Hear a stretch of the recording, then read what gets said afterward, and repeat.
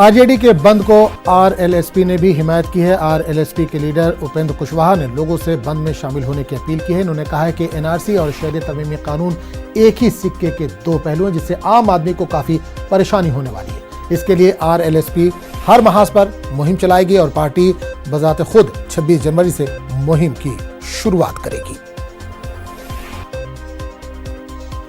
राष्ट्रीय जनता दल की ओर से है, महागठबंधन ने उनका भी समर्थन किया है। कल के कार्यक्रम में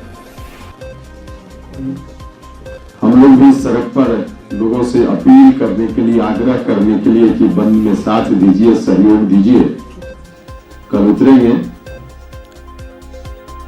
जन अधिकार पार्टी के सदस्य पप्पू यादव ने बिहार अमारत शरिया पहुंचकर शहरियत तरमीमी कानून के खिलाफ हिमायत मांगी और हर महाज पर इनका साथ देने का वादा किया।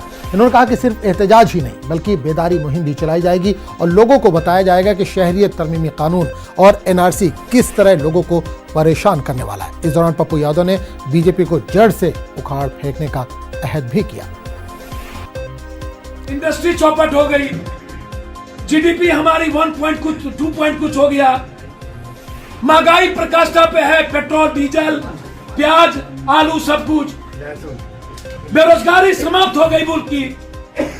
यूथ के भीतर क्रांति ना हो, छात्र क्रांति ना करे, इसके लिए अंतिम शस्त्र इन्होंने इस चीज को चुना।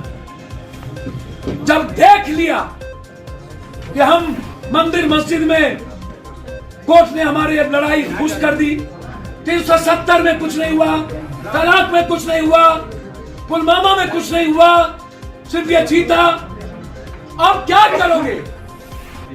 एनआरसी जब इसके माथे पर चढ़ गया तब ये सीए की बात किया। इसलिए इस सरकार को जब तक नहीं उखाड़ के फेंकेंगे तब तक चैन से नहीं बैठेंगे।